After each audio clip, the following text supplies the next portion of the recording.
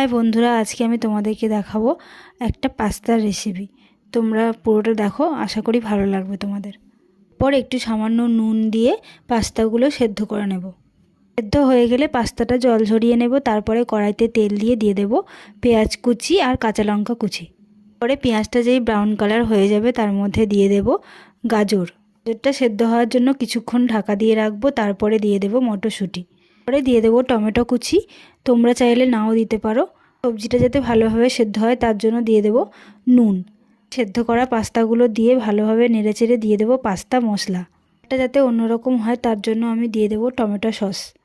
Tomato সসটা দিলে স্বাদও অন্যরকম হয়। বন্ধুরা, তোমাদের এই ভিডিওটা কেমন লাগলো? ভালো লেগে থাকলে লাইক করে দিও আর কমেন্ট করে জানিও আমার এই রেসিপিটা তোমাদের কেমন লাগলো। অন্য ধরনের ভিডিও দেখার জন্য আমার চ্যানেলটিকে সাবস্ক্রাইব করতে ভুলো না। আর ফেসবুক থেকে দেখে থাকলে আমার পেজটি ফলো করে দিও। টাটা বন্ধুরা, দেখা হচ্ছে নেক্সট ভিডিওতে।